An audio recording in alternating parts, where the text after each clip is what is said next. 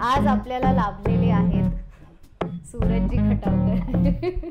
सूरजजी खटावकर. सूरजजी मी तुमचं खूप धन्यवाद. सूरजजी काय अगं? पण मग तूच करून दे की तुझी ओळख. आता माझं काम जरा कमी कर. माझी ओळख प्रचंड इंट्रोवर्ट आहे. तुला खोटं वाटेल माहिती. रीलवर रील व्हायरल व्हायरल व्हायरल नुसतं बोलत सुटलाय. पण माझं ठरलेलं की मला इतक्या जणींना डेट करायचं. तर आता पंजाबी मुलगी राहिली. हा नाही, त्याचा साखरपुडा झालाय. ती झाल्याशिवाय माझ्या पिंडाला कावळा शिवू नाही शकत असं. कारण की माझी 63 वर्षाची एक गर्लफ्रेंड होती आजी. तुला माहितीये मुलांच्या शाळेत जेव्हा पडी घेतात मी कसा बेजबाबदार आहे. भावा तुला चांगले व्हिडिओ बनवतो. अरे मला खूप भारी वाटतं. तुम्ही जर का युट्यूबर झालात आता तुमचं लाईफ सेट आहे. घंटा होत नाही असं काही. ते घंटा म्हणजे बेल आयकॉनवर क्लिक करून पण घंटा काही होत नाही. सो तसंच तुमचं आयुष्य आहे. स्वतःला सिद्ध करायचं. रोजचं स्ट्रगल आहे हे ठरवून या क्षेत्रात या. हॅलो नमस्कार, मी मैथिली आणि आरपारच्या बॉईज टॉक या सेगमेंटमध्ये मी पुन्हा एकदा तुमच्या सगळ्यांचं स्वागत करते. आज आपल्याला लाभलेले आहेत सूरजजी खटावकर. सूरजजी मी तुमचं खूप खूप स्वागत. धन्यवाद. सूरजजी काय अगं? काय म्हणजे आता तुझी काय वेगळी ओळख करून द्यायची मलाच समजत नाही. सूरज म्हणजे काय? नाही पण मग तूच करून दे की तुझी ओळख. आता माझं काम जरा कमी कर. माझी ओळख माझं एक चॅनल आहे मराठी किडा नावाचं. मी सुरुवातीला शाळेमध्ये टीचर होतो. त्याच्यानंतर त्याच शाळेमध्ये टीचर असतानाच मी यूट्यूबर पण झालो. यूट्यूबर होता होता मग आमचं एक मीडिया हाऊस झालं. मग मीडिया हाऊस झालं आणि मी थोडं प्रसिद्ध व्हायला लागलो. तर मग मुलींची काय घरी आमच्या घरी अशा मुलींच्या मागण्या यायला लागल्या. लगेच असं असतं ना. असं घरामध्ये चर्चा वगैरे सुरू होते ना. ज्याला अगदीच निग्लेक्ट केलेलं असतं नातेवाईकांनी वगैरे मिळून की बाबा हा म्हणजे याचं काय होऊ शकत नाही, याचं काय होऊ शकत नाहीची पण चर्चा करण्याची गरज नाही असं जे असतं ना त्याच्या पलीकडे. अरे एकदम वक्त जज्बात कसे बदलले वगैरे असं. मग जरा सगळ्यांनी इंटरेस्ट घ्यायला सुरुवात केली. सूरजसाठी ना आपण चांगली मुलगी. मग या लेवलला वगैरे गेलं. ते असं आहे. म्हणजे हे काय माझी ओळख तर हीच. पण म्हणजे प्रसिद्धी मिळायला लागली तू म्हणतोयस. पण आता म्हणजे पब्लिकली गेल्यावर ओळख स्वतःची करून द्यावी लागत नाही. आता डायरेक्ट होते. म्हणजे लोक येऊन विचारतात वगैरे. असं झालंय का की अजूनही करावी लागते ओळख की बाबा हो मी सूरज खटावकर इथपासून सुरुवात करायला? म्हणजे आधी असं व्हायचं ना की आम्ही इंटरव्ह्यूला जायचो. सुरुवातीला जेव्हा आम्ही इंटरव्ह्यू केला होता ना तेव्हा प्रशांत कॅमेरा धरायचा. मी अँकरिंग करायचो. मोबाईलवर आम्ही रेकॉर्ड करायचो. तेव्हा लोकांना विचारावं लागायचं. आता एक चांगलं आहे की लोक ऑलरेडी थांबलेले असतात आम्हाला बोलायचंय म्हणून. आणि काही काही लोक अशी असतात नको बाई याच्याकडे नको बोलायला, हा काय करेल काय विचारेल सांगता येत नाही. सो लोकांना माहिती आहे हे नक्की झालंय. पण किती म्हणजे स्ट्रगल होतं रे सुरुवातीला. कारण हा फॉर्मॅट वर्क करणं ही खूप कठीण गोष्ट मला अशी वाटते. कारण एकतर लोकांमध्ये मिसळायचं, त्यांच्याकडनं काढून घ्यायचा कंटेंट हा वेगळा मुद्दा. आधी त्यांना बोलतं करायचं आणि त्यांना कम्फर्टेबल करायचं. हे कशी असते ही प्रोसेस? काय किती मेहनत घ्यावी लागते कॅमेऱ्याच्या आधी, म्हणजे कॅमेरावर जाण्याच्या आधी? म्हणजे ना खरं तू ते स्ट्रगलचं म्हणलीस ना मैथिली, तर मी पूर्वी कधी स्ट्रगलच केलं नाहीये. कारण की पूर्वी माझ्यासाठी ते एन्जॉयमेंट असायची. मी स्ट्रगल आत्ता करतोय आता. कारण लोक जेव्हा इंटरव्ह्यू देतात ना तेव्हा त्यांच्याही डोक्यात काहीतरी बाबा हे एक मोठं चॅनल हे माहीत असल्यामुळे मला जे फेस करावं लागतं ते जास्त भयंकर आहे. पूर्वी मी माहीतच नव्हतो ना लोकांना. त्यामुळे लोक बोलायची मनमोकळेपणाने बोलायची. आता काय होतं माहिती आहे का की एक ते प्रसिद्धीचं किंवा काहीतरी त्याचं एक प्रिव्हिलेज जे आहे ना ते ॲड झालं. त्याच्यामुळे आता इंटरव्ह्यू घेताना मी कितीही प्रयत्न करतोय त्यांच्याशी ओपन अप होण्याचा तरी त्यांनी माझ्यासाठीची काय म्हणू एक प्रतिमा त्यांच्या डोक्यात बनवलेली की हा कोणीतरी आहे. म्हणजे जी लोक तुला ओळखतात त्यांच्याशी डील करणं कठीण होते. जी ओळखतच नाही ती अजूनही तुझ्यासाठी इझी. दोन्ही पण तितकेच अवघड झालेत. म्हणजे पूर्वी मी कुणाशीही कसंही वागायचं. म्हणजे मला आठवतं पहिला आमचा यूट्यूब मराठी डे होता. त्या इथे शाहरुख राहतो ना आपला मन्नत, म्हणजे मन्नतच्या शेजारी बँड्राला लँड्स एंड, ताज लँड्स एंड मध्ये पहिल्यांदा. तर मी जर का आत्ता आठवले ते सगळे दिवस तर म्हणजे इतके भयंकर दिवस आहेत ते की आम्ही 2 व्हीलरवर गेलेलो तिकडे मुंबईला. आणि तिथे जाऊन मी कुणाशीही कसंही वागलोय, म्हणजे यांच्याशी असं बोलायचं असतं व्यवस्थित हेच माहिती नव्हतं. हेच माहीत नव्हतं. आणि मग आमच्यात प्रशांत आणि माझ्यामध्ये खूप डिस्कशन झालं की फालतूगिरी कुठे नाही करायची हे जरा आपण ठरवूया. प्रशांतला प्रॉब्लेम येत नाही कारण तो एक मुळातच चांगला सौजन्य असलेला माणूस आहे. आणि मी असा माणूस आहे की शाळेमध्ये मी म्हणजे सगळे जेव्हा म्हणायचे ना एक साथ नमस्ते किंवा say all together, good morning teacher, तर मी एकटा असायचो जे टीचरात आले की म्हणायचो गणपती बाप्पा, सगळी मुलं म्हणायची मोरया. तर माझ्या तितका किडा होता लहानपणापासून. सो तू जे म्हणतेस ना स्ट्रगल माझा आत्ता चालू आहे, आणि आत्ता अनेक लेवलला स्ट्रगल चालू आहे, कारण की मी मराठी किडा सोडून बाकीच्या पण गोष्टी करतोय. मी डिरेक्शन करतोय काही ठिकाणी, किंवा काही चॅनलसाठी. मी ऑब्व्हियसली नाव नाही घेऊ शकत त्यांची, कारण की ते त्यांचं प्रिव्हिलेज आहे. पण अशा काही चॅनलसाठी मी काम करतोय, मी डिरेक्शन करतोय, मी त्यांचा स्ट्रॅटेजी प्लॅनर किंवा असं सगळं बनवतोय. मग असं असताना जे स्ट्रगल आहे ते आत्ता आहे, कारण की आता मला काय आहे, पूर्वी शिस्त नव्हती, आता मला शिस्त आणावीच लागते.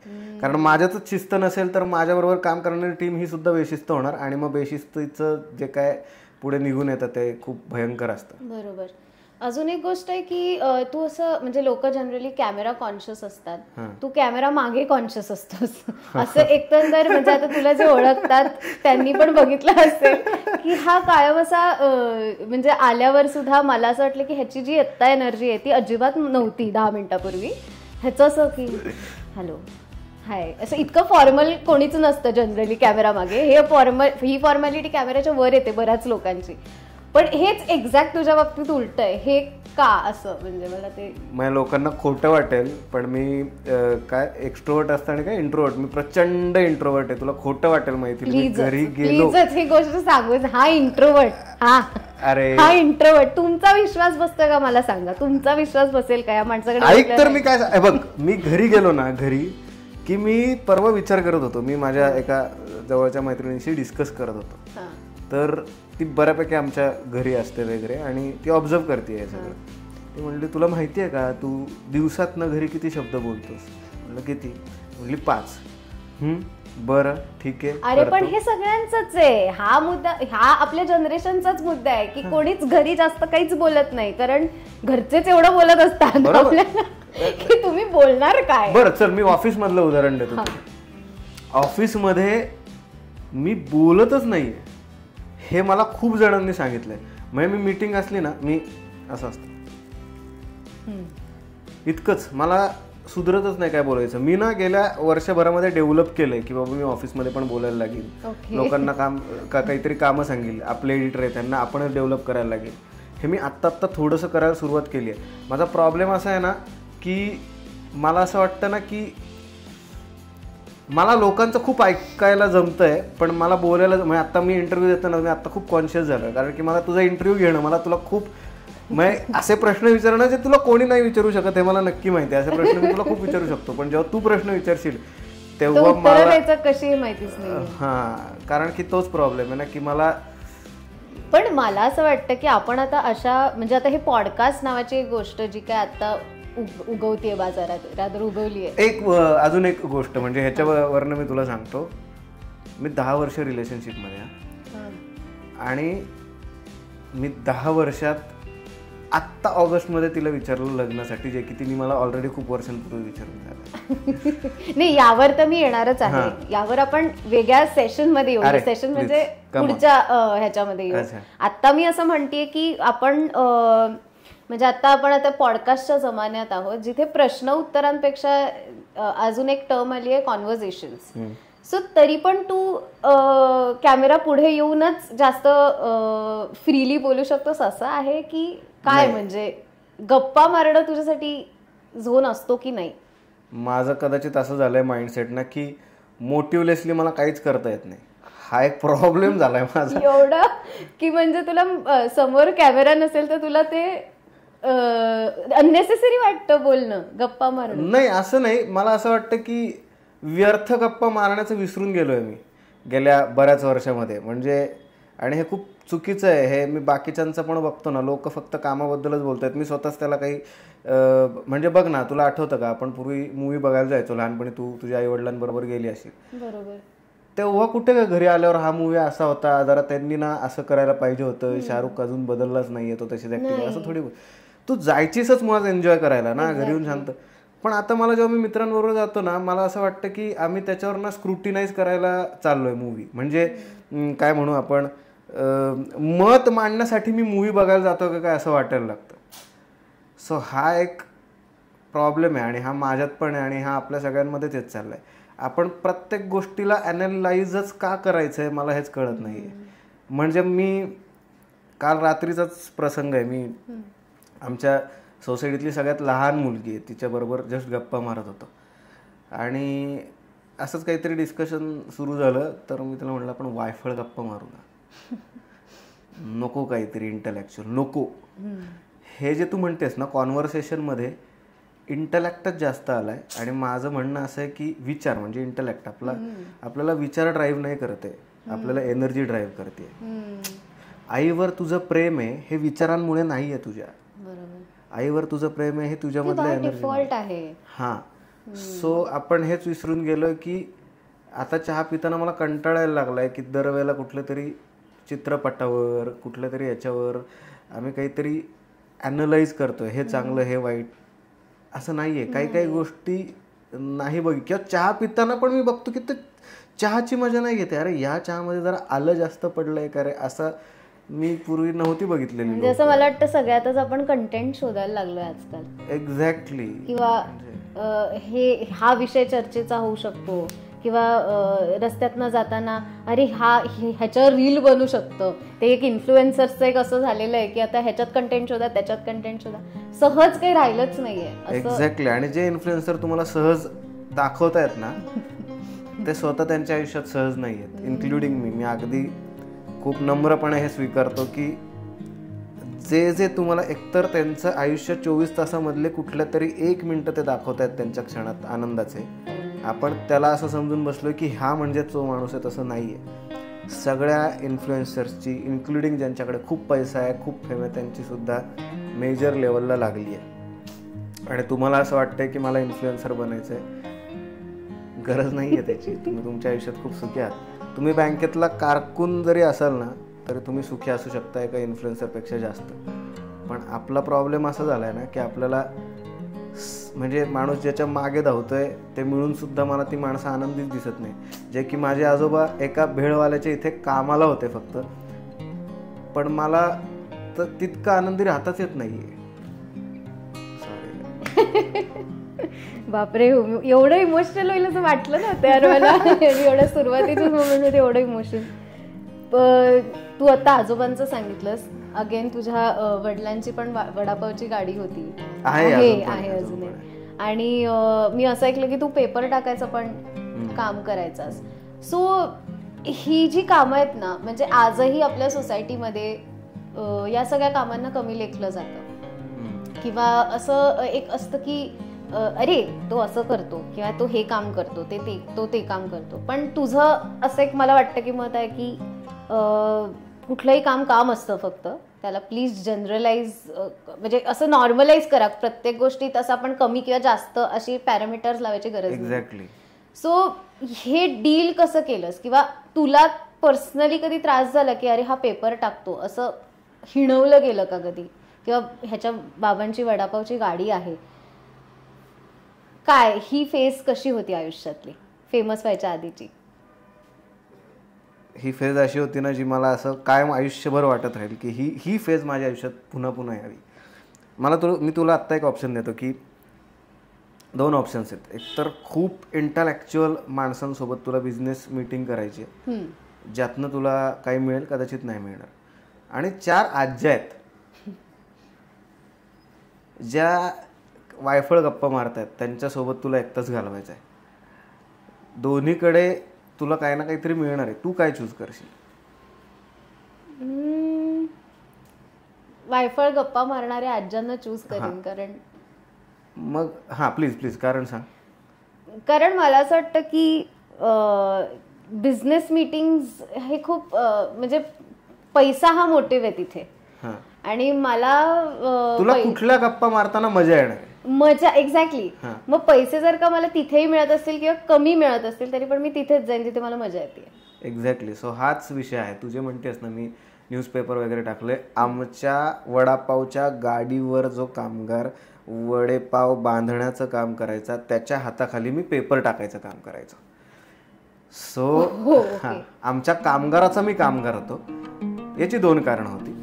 पहिलं कारण म्हणजे की मला हे करून बघायचं होतं. असं नव्हतं की माझी परिस्थिती बाबा घरची खूप वाईट आहे म्हणून वगैरे मी हे करतो. मला हे करून बघायचं होतं. हा माझ्यातला एक किडा होता आणि त्यामुळे मी पेपर टाकायला सुरुवात केली. आणि दुसरं कारण म्हणजे मी जस्ट हार्मोनल चेंजेसमधनं जात होतो आणि एक मुलगी कॉलेजला जायची आणि तिला बघण्याचा सोर्स काय आणि मला सकाळी उठण्याचा मोटिव्ह काय म्हणून मग मी पेपर टाकायचो.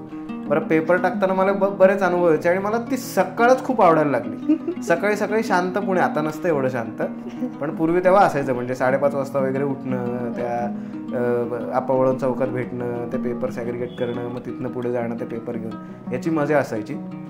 आज सुद्धा तू म्हणशील तर आज पण मी वडापावच्या गाडीवर आमच्या जातो आणि तिथे पण मदत वगैरे करतो.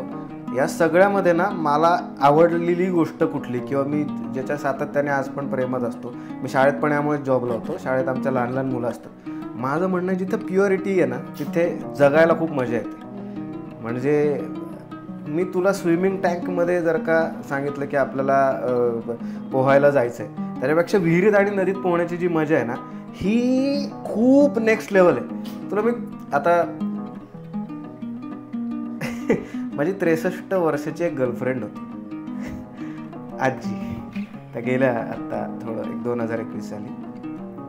सो माझं ठरलेलं की मला इतक्या जणींना डेट करायचं. त्यात आता पंजाबी मुलगी राहिली आहे, पण मला खूप इच्छा होती आणि मी अजूनही राहिली आहे म्हणतो तो, अजूनही वर्तमानातच बोलतोय. ह्याचा साखरपुडा झालाय. नाही, पण ती झाल्याशिवाय माझ्या पिंडाला कावळा शिवू नाही शकत असं. कारण की मी स्वप्न नाही बघत, मला स्वप्नांवर विश्वास नाहीये.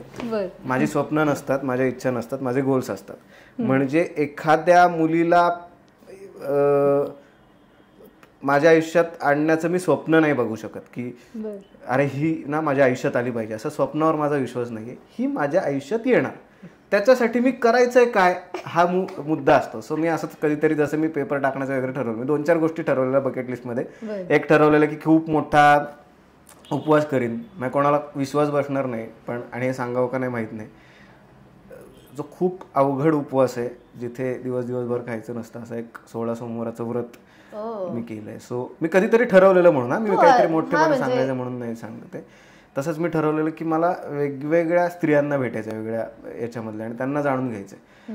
कारण की स्त्री इज इक्वल टू प्रकृती, आणि तुम्ही त्यांना समजून घेतलं तर बऱ्यापैकी काय म्हणू, तुम्हाला जगच दिसायला लागतं एकतर. म्हणजे जसं आईमुळे तुम्हाला जग दिसलं तेवढं बापूमुळे नाही दिसलेलं, तसं बायकोमुळे दिसणार आहे, तसं इतर कुठल्याही मित्रामुळे दिसू नाही शकत. सो तसंच आहे. सो मी तुला सांगतो हे मी का उद्योग केला. त्याच्या आजी होत्या ना 63 वर्षाच्या, त्यांचे मिस्टर गेले होते, आर्मीमध्ये होते, ते गेले. मी त्यांना जेव्हा डेट करत होतो ना, मी तुला सांगू नाही शकत, ते जेव्हा माझ्या डोक्यावरनं हात फिरवायचे ना, अनेक मुली आयुष्यात येऊन गेल्या, पण तो हात आता मला कधीच नाही मिळू शकत. ते ज्या पद्धतीने डोक्यावर मायने, आता हा एक्सपिरियन्स असा आहे ना, तो मी कसं सांगू या लोकांना शब्दात. बरोबर. पण हा तू म्हणजे हा जो एक्सपिरियन्स आहे तो तू असा, म्हणजे तू म्हणालास की ती तुझी गर्लफ्रेंड होती, मग हे तू प्रेमामध्ये कन्वर्ट केलंस, पण म्हणजे मला हे फिलिंग कळत नाहीये, हे नक्की फिलिंग काय होतं. नाही, मी त्यांना सरळ सांगितलं हे आईचं पण प्रेम असू शकत होतं. एक्झॅक्टली. हे बघ, आता डेट करणं म्हणजे काय, मी माझ्या आईला पण डेट करू शकतो. मी डेटची संकल्पना तुमची ती गर्लफ्रेंड असली पाहिजे असं मानत नाही, पण मी त्यांना सांगितलं होतं की मला ना तुमच्यासोबत काही दिवस घालवायचे, तुम्हाला जेवायला वगैरे घेऊन जायचे. ऑब्व्हियसली जे एखाद्या तरुण मुलीसोबत मी करू शकतो त्या आजींसोबत नाही होऊ शकत, ते केलं पण नाही पाहिजे. पण मुद्दा असा आहे की मला त्यांना फील करायचं होतं, फील त्याच लेवलला करायचं होतं ज्या लेवलला मी सगळ्यात जवळच्या मैत्रिणीला फील करू शकतो, माझ्या आईला फील करू शकतो, माझ्या जवळच्या मैत्रिणीला, सख्ख्या बहिणीला फील करू शकतो. It's not about physical, it's all about your energy, की वाईब. एक्झॅक्टली. सो त्या लेवलला मी प्रयत्न करत होतो की त्या सगळ्यांना ना असं वाटायचं मला की यांची जी जर्नी आहे ना ती खाऊन टाकावी मी पूर्ण, असं मला अजून पण ती भूक आहे. म्हणजे त्या जेव्हा त्यांच्या मिस्टरांबद्दल बोलायचे ना, मला असं वाटायचं की कधीतरी माझं आयुष्य यांच्या प्रेमापर्यंत मी कोणासोबत तरी नेऊ शकतो का, तेव्हा मला ते सगळं लक्षात यायचं.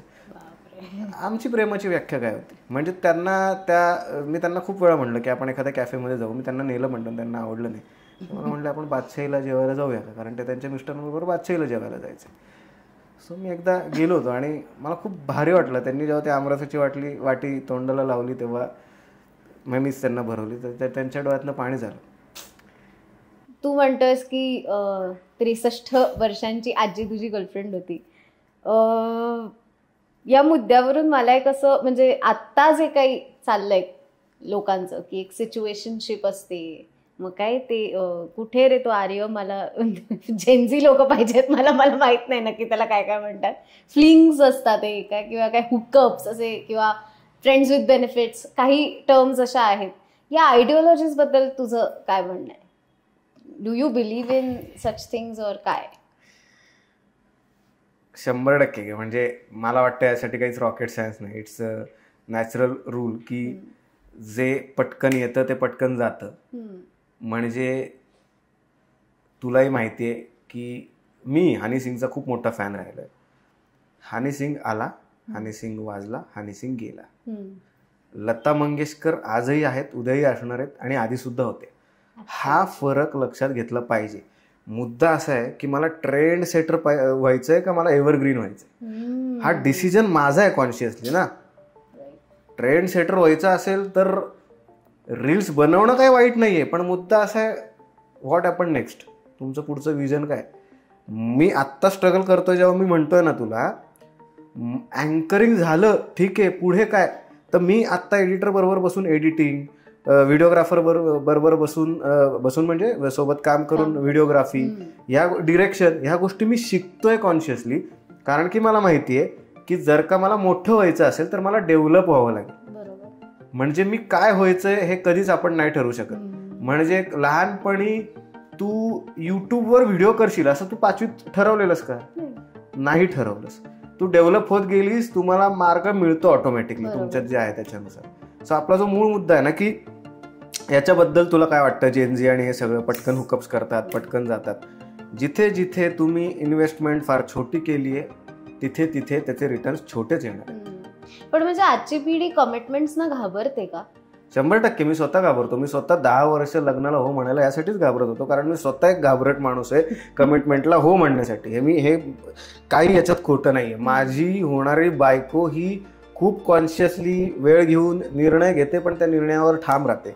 माझा प्रॉब्लेम असा आहे की मी खूप घाबरट पर्सनॅलिटी आहे आणि माझ्या आजूबाजूला मी घाबरट पर्सनॅलिटीज बघितल्यात, त्यामुळे माझा हा प्रॉब्लेम झालेला आहे. तुझं जे म्हणणं आहे ना, विचार जो आपण सध्या करतोय ना, विचार जास्त करतोय, कृती कमी करतोय. म्हणजे जसं तू म्हणतेस की मॅम तू आता हा खरं पर्सनल विषय आहे, पण तू तुझ्या मैत्रिणींचा किंवा स्वतःचा पण जर का अनुभव घेतला असशील तर मुलं जी असतात ना त्यांना रिलेशनशिप तर हवं असतं, त्यांना ती मुलगी आयुष्यात हवी असते, पण त्या मुलीची जबाबदारी जेव्हा ती त्यांच्या अंगावर पडायला लागते तेव्हा मात्र ते मागे मागे जायला लागतं. याचं कारणच असं आहे की लहानपणापासून घरच्यांनीच त्यांना फक्त बेनिफिट्स दाखवलेत, हे कर याचे बेनिफिट्स. सो त्यांच्यासमोर काय झालंय की बेनिफिशियल गोष्टी आहेत ना त्यांच्याकडे बघण्याचा कल जास्त राहिलेला आहे, ना की त्या बेनिफिशियल गोष्टींसाठी आपण स्वतःला तयार करणं. की बाबा माझ्या मुलाला हा त्रास होऊ नये, त्याला हे मिळावं म्हणून मी जास्त कमवीन, हे पॅरेंट करतात. त्यामुळे त्याला स्ट्रगलच कळत नाही की मी स्ट्रगल करून मिळवण्याची मजा काय असते. म्हणून मी मगाशी म्हणलं ना की जर का गोल सेंट्रिक वागायला लागला, एकतर हे होईल याच्यावर विश्वास ठेवणं, याच्यावर 2 गोष्टी असतात. एक असते प्रतीक्षा, एक असते तितिक्षा. तितिक्षामध्ये असं असतं की तू स्वतःची पोळी स्वतःला लाटतेस, तू थापतेस, ते गरम करतेस आणि स्वतः खातेस. प्रतीक्षेमध्ये वाट बघत राहणं, आज नाही तर उद्या होईल. प्रतीक्षेचा प्रॉब्लेम असा आहे की लोक डिप्रेशनमध्ये जातात ते नाही घडलं तर. पण तितिक्षेचा प्रॉब्लेम असा आहे नाही घडलं पण मी प्रयत्न केला, हा प्रयत्न आज नाही तर उद्या माझ्या कामाला येईल. मला एक गर्लफ्रेंड सोडून गेली, मी तेवढं डिप्रेस होणार नाही, कारण मी तिला माझे 100% वेळ देऊन, काही गोष्टी देऊन तिच्यासोबत राहिलोय. ती भले निघून गेली, पण माझ्याकडे ना आता एक अनुभव आहे एखाद्या चांगल्या मुलीला आयुष्यामध्ये आणण्याचा किंवा तिच्याशी डील करण्याचा. ही आत्ताची पिढी करत नाही. आणि तुला खरं सांगतो, हे जे तू रिलेशनशिप वगैरे म्हणतेस ना, सगळ्यांना माहिती आहे हे चाललंय कशासाठी. लोकांना अगदी फ्रँकली स्पीकिंग, मी खूप हे हार्शली बोलतोय की मुलांना पण आणि मुलींना पण एकमेकांना समजून घेणं वगैरे हे खूप दुय्यम आहे. त्यांना एकमेकांना टेस्ट करायचं आहे इन डिफरन्स काय वेगवेगळ्या टर्म्समध्ये. कदाचित फिजिकली असू शकतं, कदाचित पैशांच्या दृष्टिकोनातनं असू शकतं, कदाचित बाबा मला मन मोकळं करायला एक जागा पाहिजे म्हणून असू शकतं, असं असू शकतं. म्हणून तू बघशील ना तर काय म्हणू, नो स्ट्रिंग्स अटॅच्ड वालं सगळ्यांना हवं आहे की नको बाबा आपण एकमेकांमध्ये अडकायला. मग म्हणून लोकांना बघ ना, तू तुझ्या बऱ्याच मित्रांना तो फ्रेंड्स विथ बेनिफिट मूवी आवडत असेल, हा भाई असंच पाहिजे. पण मग तुझ्या आयुष्यात तू हा डिसिजन ज्या मोमेंटला घेतलास की ओके आता मी तयार आहे, ही मोमेंट कधी आली की आता मी तयार आहे? ही मुवमेंट खरं तर आत्ता पण थोडीफार असं होतं मला की अरे हा आहे ना मी, म्हणजे अगं माझा प्रॉब्लेम असा आहे ना की मला कधीच नाही आवडणार की माझ्यामुळे कोणीतरी सर्व्हाइव्ह करतंय किंवा सर्व्हाइव्ह करण्याची वेळ आली. आणि तो माझा एक प्रॉब्लेम आहे. मी नाही, माझ्या घरी पण माझे प्रॉब्लेम्स नाही घेऊन जातात, असतात पण मी घेऊन जात नाही, मी घरचे प्रॉब्लेम बाहेर घेऊन जात नाही. माझं असं वाटतं की माझ्या पुरतंच ते राहावं, कारण सगळ्यांना प्रॉब्लेम आहे, मी पण तेच घेऊन जाणार तर मजा नाही. आणि मग जी मुलगी माझ्या आयुष्यात येते अननेसेसरली तिला सुद्धा माझ्या ऑफिसमधले प्रॉब्लेम्स तिला सुद्धा भोगावे लागू शकतात, माझ्या घरातले प्रॉब्लेम तिला सुद्धा भोगावे लागू शकतात. बट स्टील तुम्ही जेव्हा एकत्र येतात तेव्हा तुमचे प्रॉब्लेम्स आणि तुमचा आनंद तुम्हाला एकत्रच फील करायचा आहे ना, हे मला अजूनही लक्षात येत नाहीये. पण ते तसंच असतं, जसं तुमच्या आईनी तुमच्या सासूबाईंच्या 4 शिव्या खाल्ल्यात तसं कदाचित माझ्या बायको बरोबर घडू शकतं, कदाचित नातेवाईकांसोबत असताना घडेल पण घडू शकतं. सो हा एक विषय आहे. मुलांचे दोन्ही पण असतात. तर चांगल्या मुलांचा हा प्रॉब्लेम आहे की त्या मुलीला मी सगळं देऊ शकेल ना, हा, आणि वाईट मुलांचा हा प्रॉब्लेम आहे की ही मला स्पेस तर देईल. मला वाटतं एक ना पिढीचा हा एक प्रॉब्लेम मला जाणवतो. म्हणजे सुरुवातीची म्हणजे आपल्या आई बाबांचा आपण लेट्स से की त्यांची आयुष्य ना खूप साधी सोपी सरळ होती की त्यांचं सगळं ठरलेलं होतं, या वयात हे, या वयात हे, या वयात हे, या वयात हे. आपलं कसं झालंय, आपलं स्ट्रगल 28 पर्यंत संपतच नाही आणि त्याच्या पुढे मग कोणाला तरी कमिटमेंट द्यायची, त्याच्या पुढे लग्न, मग त्याच्या पुढे पोरं बाळ, त्याच्या पुढे सगळ्या गोष्टी. सो त्यांच्यासाठी हे खूप लेट आहे आणि आपल्यासाठी हे खूप लवकर आहे. सो हा डायलेमा खूपच हा डायलेमा सुरू कुठनं झाला माहितीये का तुला? एक तर हे सगळ्यांना आता सगळ्यांनी समजून घ्या की स्ट्रगल हा काय टाइम सेंट्रिक नाही. म्हणजे तुम्हाला असं वाटतंय की 28व्या वर्षानंतर माझं स्ट्रगल संपेल, रॉंग. कधीतरी तुम्ही तुमच्या वडिलांना बघा, तुम्हाला लक्षात येईल की ते 50व्या 60व्या वर्षी सुद्धा स्ट्रगलच करत आहेत की माझ्या मुलाचं लग्न होऊ देत किंवा मग त्याला मुलंबाळ होऊ देत. हे त्यांच्या लेवलचं स्ट्रगलच आहे. तुम्ही जर का स्ट्रगल संपेल याची वाट बघत राहिला तर तुम्ही डिप्रेशनमध्ये जाल. त्यापेक्षा struggle is the part of life हे जर का तुम्हाला लक्षात आलं तर तुमचे बरेच प्रॉब्लेम्स कमी होतील. मग मे बी असं असेल की ते दोघांनी एकत्र केलं तर जास्त इझी पडू शकेल किंवा कन्व्हिनियंट होऊ शकेल. तोच तर विषय. आपण असं एक त्यातनं बोध घ्यायला हवा की आपण स्ट्रगल थांबेपर्यंत थांबायचं नाही, ते स्ट्रगल थांबतच नाही. मुळात मुद्दा तोच आहे की मला एक गोष्ट सांग, तुझा समजा भाऊ आहे, वात्रट भाऊ आहे, ठीक आहे, पण तो तुझा भाऊ आहे म्हणून तू काय त्याच्यासोबत आयुष्यभर राहणार नाहीस का? राहशील ना. मुद्दा तोच आहे की आपण ना ऍक्सेप्टच करत नाहीये की स्ट्रगल हे आपल्या आयुष्याचा मरेपर्यंतचा भाग आहे. मरताना सुद्धा माणसांना स्ट्रगल नसतं का याचं मला उत्तर दे. जावा कधीतरी एखाद्या कुठल्या हॉस्पिटलमध्ये जा जवळच्या तुमच्या आणि तिथे मला सांगा की या माणसाने मरताना स्ट्रगल केलं नाही. मेलात एकदा की तुमचं स्ट्रगल संपलेलं आहे. मुद्दा हा आहे की आपल्याला लहानपणापासून फक्त चांगल्या चांगल्या गोष्टी असाव्यात असं ते सांगितलं, असं आयुष्य नाही. नाण्याची मला कुठलीही जगातली दुसरी गोष्ट दाखवा जी अवेलेबलच नाहीये. सुख आहे तिकडे, दुःख आहे, स्त्री आहे तिकडे, पुरुष आहे, रात्र आहे तिकडे, उजेड आहे.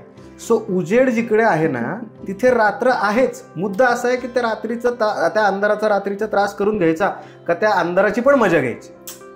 नाटक बघताना भले माझ्या आयुष्यात तसा प्रसंग घडला नसेल पण एखादा व्यक्ती मेला किंवा चित्रपट बघताना एखादा व्यक्ती मेला तर मला रडताना छान वाटतं. सो हसणं किती छान आहे, कायम पॉझिटिव्ह राहा. घंटा निगेटिव्हिटी मध्ये पण मजा आहे. तुम्हाला कोण सांगतं हे सगळं? फक्त पॉझिटिव्ह राहा. आज सूरज ठरवूनच आलाय भरपूर रील कंटेंट द्यायचं. नुसता रीलवर रील, व्हायरल व्हायरल व्हायरल नुसतं बोलत सुटलाय. पण तू जे बोलतोस ते खूप खूप खरं आहे. आणि तू आता रडण्याबद्दल बोललास तर त्यावर मी येते की आपलं सेगमेंट बॉयज टॉक आहे.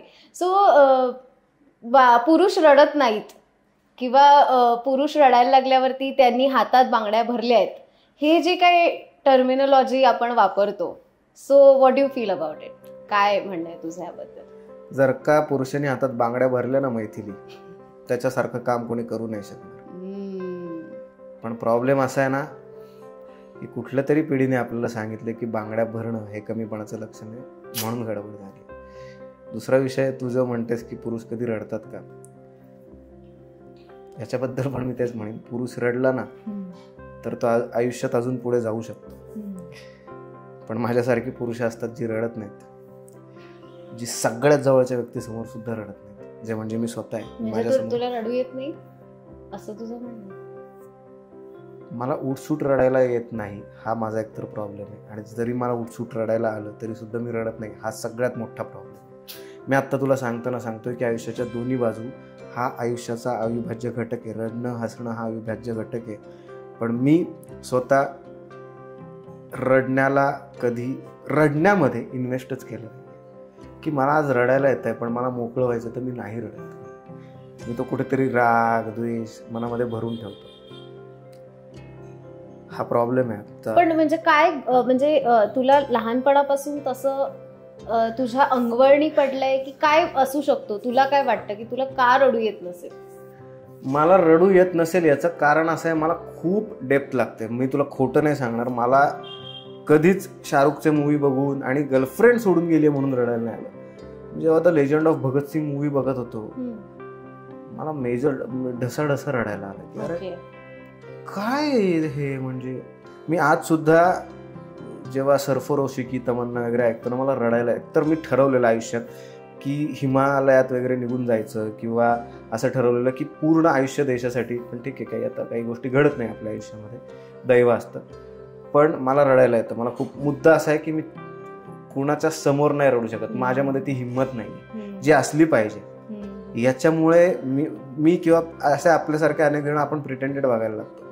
आणि दुसरा विषय असा आहे, समोरचा माणूस तो कसा घेईल. एकतर तो माणूस म्हणेल की हा रडका, आणि तो म्हणेल की नाही यार हा मन मोकळं वागतो.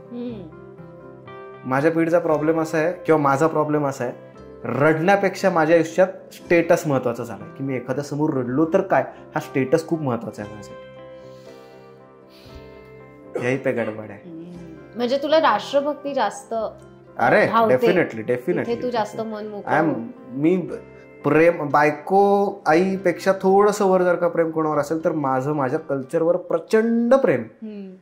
हे RSS म्हणजे संघाचा कार्यकर्ता असल्यामुळे झालंय की नाही, तुला खोटं वाटेल. मी सगळ्यांना सांगायला मला आवडेल, मी आधी काँग्रेसचं काम केलंय, कारण की माझ्या घरचं बॅकग्राऊंड हे काँग्रेसचं आहे. त्याच्यानंतर मी राष्ट्रवादीचं काम केलंय. मी मनसेचा, राज ठाकरेंचा अजूनही फॅन आहेच आहे. पण मी मनसेचे जेव्हा सभा लागल्यात या पुण्यामध्ये, मी एखाद्याला हेमा मालिनी आवडत असेल तर तो कसा बघायला जात असेल पुण्यात कुठे आली, तसं मी राज ठाकरेंना बघण्यासाठी प्रयत्न केलेत. राज ठाकरेंना माहित पण नसेल, कुठला तरी एक वेडा मुलगा सूरज खटावकर नावाचा, तो त्यांच्या सभेमध्ये यायला, मी एकदा पोलिसांचे फटके खाल्लेत राज ठाकरेंच्या सभेमध्ये येताना. खूप ट्रॅफिक झालेलं तिकडे. मी एवढा फॅन होतो. मी हे सगळं केलं आणि त्याच्यानंतर ऑब्व्हियसली आमच्या समोर जे ग्राउंडवर शाखा भरायची, तिथे मला असं वाटायचं की ह्याच्यानी काय होणार आहे. आणि म्हणून मी स्वतःचं काहीतरी करायला गेलो होतो की मी स्वतःची एक संघटना काढावी जी खरंच लोकांची कामं करेल. हा, आणि हे सगळं काढताना तो म्हणलं येऊन बघ माझा एक मित्र, म्हणून मी गेलो. मला एक गोष्ट लक्षात आली RSSची, की हे ओपन आहेत काही गोष्टी चेंजेस करण्यासाठी. किंवा मी काही लोकांना असं बघितलं जे प्रचंड शिकलेले आहेत पण तरी सुद्धा देशासाठी घरदार सोडून देशासाठी काम करतात. ही मला कुठेच गोष्ट दिसली नाही. दुसरी महत्वाची गोष्ट म्हणजे की एखादी गोष्ट अडॅप्ट करायची असेल तर बाकीच्या ठिकाणी मला ही थोडी जाणीव झाली की जातीपातींबद्दल बोललं जातं. संघात जातीपातीबद्दल कधीच आम्हाला शाखेमध्ये विचारलं नाही की तुझी जात काय. ही एक गोष्ट मला प्रचंड आवडली. आणि सगळ्यात महत्वाचं की व्यक्ती चुकू शकतो. म्हणजे आमच्याकडे ना संघामध्ये, म्हणजे जेव्हा मी संघात गेलो तेव्हा मला एक गोष्ट कळली की इथे कुठला व्यक्ती गुरु नाहीये. म्हणजे हेडगेवारांनी स्थापना केली पण हेडगेवार संघाचे गुरु नाहीयेत, की कारण त्यांच्याकडनं सुद्धा चुकी होऊ शकते. मुद्दा असा आहे, आपला गुरु कोण आहे? आपला गुरु आहे भगवा ध्वज, आपला गुरु आहे भारत माता, आपला गुरु आहे आपलं राष्ट्र. सो तेव्हा मला लक्षात आलं, अरे नाही, हे जे आहे ना, हे जरा काहीतरी वेगळं, ये थोडा अलग लेवल का गांजा है, इधर रुकने का कुछ ना कुछ तो फायदा है. ऑब्विसली माझे सगळ्या पक्षातले मित्र आहेत. मी संघाचा जरी असलो तरी माझं काही काम हे दलितांसोबत सुद्धा चालतं, मी तिकडे सुद्धा एन्जॉय करतो. मुद्दा असा आहे की ज्यांच्या सोबत मी काम करतोय ते असं की बाबा हेच म्हणजे सत्य असं मानून बसलेत का. काही ठिकाणी तुलाही माहिती आहे की सती प्रथा आपल्याकडे वाईट होती, त्याला वाईट म्हणण्याचं धारिष्ट हे संघामध्ये आहे हे मला दिसलं. पण तेच दुसऱ्या ठिकाणी एक्स जातीचे व्यक्ती हे वाईटच असतात असंच धरून जे बसणं आहे ना, याच्यामुळे मी बाकीच्या गोष्टी सोडत गेलो. मी कॉन्शियसली डिसिजन घेऊन याच्यामध्ये, म्हणजे तुला जे पटतंय ते तू करतोयस. हा, ऑब्व्हियसली. आणि मी आता इथे पण सांगतो की जर का एखादी गोष्ट मला एखाद्या कुठल्याही संस्थेची संघटनेची नाही पडली तर त्या संघटनेला मी रामराम करणार. याचं पहिलं कारण असं आहे की कोणीतरी शिवसेनेचं आहे, कोणीतरी काँग्रेसचं आहे, कोणीतरी अमुक तमुक पक्षाचं आहे, कोणीतरी बीजेपीचं आहे. मला एक सांग, आपण जनता आहोत ना, 5 मित्र बसले तर प्रत्येक जण एकेका पक्षाचा का? मी जनतेतला आहे, मी जनतेचा आहे, मी नाही आहे कुठल्या पक्षाचा. मला माझ्या ठिकाणी जो उभं राहतोय तो कुठल्या पक्षाचा आहे याच्यापेक्षा तो माणूस काय हे बघून मी मतदान करणार, कारण की मी पक्षाचा नाही, मी जनतेचा आहे. म्हणजे आता सगळे पक्षाकडनं आहेत, जनतेकडनं कोण आहे? मी जनतेचा आहे. सॉरी. आणि मला असं वाटतं की आता असंही बोललं जातंय की राम मंदिरावरती बऱ्याच की हा पॉलिटिकल अजेंडा वट एव्हर सगळं जे बोललं गेलं. तू एक आध्यात्मिक, म्हणजे तुझ्याबद्दल मला एक असं कळलंय की तुला खूप स्पिरिच्युअलिटी तुझ्यामध्ये आहे आणि तू ओव्हरऑल त्याचा पुरस्कार करतोस. ते मला जाणून घ्यायचंय की नक्की काय. पण ओव्हरऑल रामभक्त आहेस का? आणि असलास तर तुझं या सगळ्याकडे बघण्याचा पर्स्पेक्टिव्ह कसा होता? सगळ्यात महत्वाची गोष्ट म्हणजे की रामाबद्दल बोलताना मला यांच्या आधी यांना आदरयुक्त जय श्री राम हे असे होते वगैरे असं नाही. मी असंही म्हणू शकतो की राम हा माझा मित्र आहे. हे एकतर आपल्याकडे कल्चरल जे काय म्हणू सोय केलेली आहे ना, की तुम्ही आस्तिक असाल तरी तुम्ही हिंदू आणि नास्तिक असाल तरी तुम्ही हिंदू. सो त्याच्यामध्ये रामाचं जे व्यक्तिमत्व आहे ना, प्रॉब्लेम आपल्याकडे असा आहे की सगळ्यांना आपण दैवत केलंय. मी रामाला देव पण मानू शकतो, मी रामाला मित्र पण मानू शकतो, आणि मित्र मानलं तर त्याचे काही गुण माझ्यामध्ये मी आणू सुद्धा शकतो. रामाबद्दल जर का बोलायचं झालं तर ऑब्व्हियसली मला जेव्हा जेव्हा असा प्रॉब्लेम झालाय ना मैथिली, की मी नाही एकीसोबत डील करू शकत आहे किंवा मला नाही वाटत आहे की या रिलेशनशिपमध्ये काय होईल, तेव्हा रामाच्या कथांनी मला मदत केली. आपल्याकडे सतत ना, मला नाही आवडलं कधीच रामाच्या सिरियल्स वगैरे, खरंच सांगतो. मला कायम असा राम असा दिसत आला की डॅशिंग, की जो उभा राहिला म्हणजे असं त्या वाल्मिकी रामायणात लिहिलंय की राम जेव्हा बाण मारतो तेव्हा एकाला बाण मारेपर्यंत बाकीच्या 4 जणांना बाण लागलेले असतात. इतका स्पीडनी तो बाण मारतो. तो मला ना तो योद्धा दिसतो. अरे योद्धा असावा तर कसा असावा? रामासारखा असावा की जो युद्ध, म्हणजे आपल्याकडे सतत असा गोड राम, असा सात्विक, जो जस्ट आता आरती करून आलाय छान, सगळ्यांनी चांगलं म्हणावं म्हणून, असा राम नव्हता. राम जिथे चुकीचं आहे तिकडे त्यांनी ऐकून सुद्धा दाखवलेलं आहे लोकांना. आणि राम जिथे योग्य आहे, एकतर सगळ्यात महत्वाचं, राम म्हणजे warrior. That's all for me. Ram म्हणजे पत्नीव्रता. पतिव्रता आपण खूप बघितले त्या देशामध्ये, पण पत्नीव्रता कोण असेल तर राम असेल. आज माझ्याही गर्लफ्रेंडला किंवा सॉरी माझ्या होणाऱ्या बायकोला, आता म्हणलं पाहिजे, माझ्याही होणाऱ्या बायकोला माहिती आहे की मी याच्या आधी काही अफेअर्स आणि या सगळ्या प्रकरणातनं गेलोय. पण मुद्दा असा आहे, जेव्हा मी तिचा नवरा होईल तेव्हा माझ्यासमोर राम आदर्श असेल तर आमचा संसार जास्त टिकणार आहे. बरं, रामाचं सगळ्यात उत्तम जर का काही असेल याच्यामध्ये तर तो एक योद्धा होता. आणि हा वॉरियर कदाचित मला आता लढण्याची गरज नाही, पण माझ्या आयुष्यात मी लढतोय की नाही, तर तेव्हा लढताना मी विचार करतोच ना की अरे यावेळेला रामांनी काय केलं असेल किंवा छत्रपती शिवाजी महाराजांनी यावेळेला कसा विचार केला असता. हा विचार मला त्यांच्यातनच येतो ना ग. आणि मग काय होतं माहितीये का, तुमची संस्कृती, तुमचं कल्चर संपवलं तेव्हाच जातं जेव्हा तुमचे आदर्शच मारून टाकले जातात. आणि मग राक्षसांचं उदात्तीकरण केलं जातं. म्हणजे रावणाचं सध्या उदात्तीकरण चाललंय, पण हे वाल्मिकी रामायणामध्ये लिहिलेलं आहे की रावणाने अनेक रेप केलेले आहे. वाल्मिकी रामायणामध्ये लिहिलंय, जे सगळ्यात पहिलं रामायण जे आतापर्यंत आपण शोधू शकलो. मला नाही घ्यायचा रावणाचा आदर्श. मला नाही घ्यायचा अशा व्यक्तीचा आदर्श ज्यांनी अनेक रेप केलेत. नाही घ्यायचा. सीतेला हात नाही लावला याचं कारणच ते होतं की त्यांनी जर का सीतेला हात लावला तर तो जळून मरेल असं मला वाटतं रंभेने का शाप होता कुठल्या तरी याचा.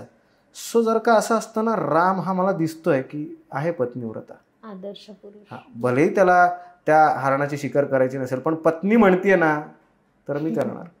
किंवा आपल्या पत्नीला कोणीतरी घेऊन गेले, 2 जण आहेत फक्त, राम आणि लक्ष्मण, ते 2 जण जातात पत्नीला वाचवायला. माझं ओपन चॅलेंज आहे, आज जर का गर्लफ्रेंड बॉयफ्रेंड मध्ये भांडणं झाली ना तर सगळ्यात महत्वाचं म्हणजे इगो येतो वर, की मी मेसेज करू का मी नको करू, मी का नको घेऊ मग रामाचा आदर्श अशा वेळेला. बापरे.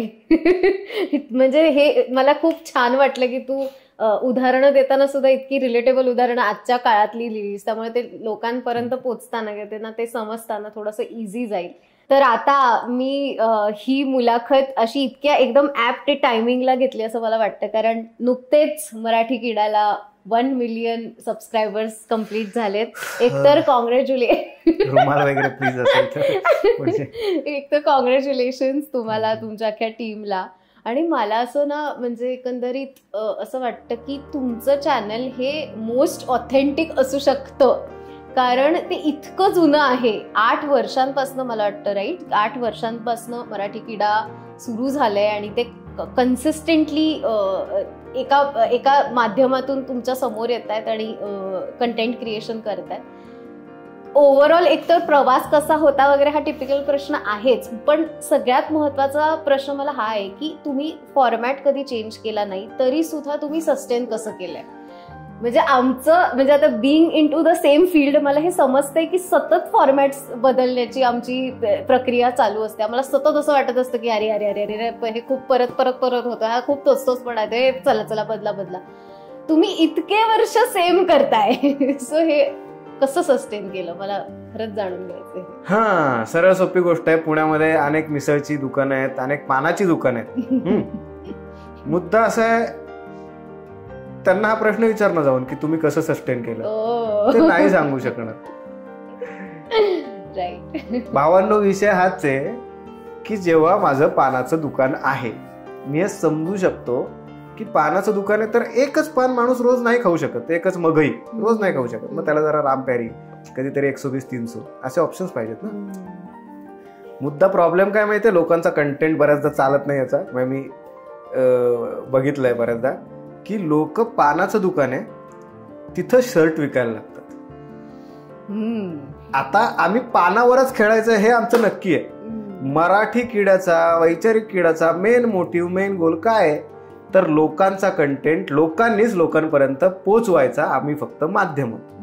सो लोकांमध्ये कमी आहे का काही नाहीये. इतके म्हणजे तुला वर्सटाईल, तू नुसतं गावागावांमध्ये फिरली, प्रत्येक गावाचा जॉनरच वेगळा आहे, प्रत्येक गावाची मजाच वेगळी आहे. शेतकऱ्यांवर मी आज व्हिडिओ बनवायचा ठरवला तर शेतकऱ्यांवर कमीत कमी 500 एपिसोड निघतील वेगळ्या गावांमध्ये जाऊन, कारण प्रत्येक गावातल्या शेतकऱ्याची शेती करण्याची, त्याच्या वागण्या बोलण्याची स्टाईल वेगळी. आम्ही सस्टेन करू शकलो कारण की सस्टेन आम्ही कंटेंटमुळे नाहीच करत होत, सस्टेन आम्ही त्या वेगवेगळ्या वर्सटाईल माणसांमुळे करत होतो. आता मला कधी कधी असं वाटायला लागलंय की सगळी गावं सेम व्हायला लागली आहेत, सगळीकडे तेच, सगळ्यांकडेच मोबाईल असतो. म्हणजे किती फिरतोस तू आणि प्रत्येक शहरामध्ये किंवा प्रत्येक गावामध्ये काय वेगळा, म्हणजे आता लेट्स से कोल्हापूर, सोलापूर, सांगली, सातारा, मराठवाडा, मुंबई, पुणे, तर काय म्हणजे तुला काय वाटतं की माणसं कशी एकमेकांपासून वेगळी आहेत? मला जरा सांग ना, तुमचे काय किस्से आहेत. म्हणजे मी नेहमी सांगतो, माझं आवडतीचं वाक्य आहे, महाराष्ट्र हे बघण्याचं नाही जगण्याचं ठिकाण आहे. तसंच महाराष्ट्रातली माणसं ही सुद्धा बघण्याची नाही तर जगण्याची गोष्ट आहे. आणि याच्यामध्ये जर का तू फिरशील, मी वेगवेगळ्या ठिकाणी फिरलो ना, मला लक्षात आलं की सगळं जाऊ दे, या माणसांसोबत जगताना, यांना वाचायला मिळताना प्रत्येकाचा जर का काहीतरी फ्लेवर आहे. मी तुला सांगतो, कोकणामध्ये 100 कॅटेगरीज निघतील आपल्या माणसांच्या शिव्या देण्याचा. म्हणजे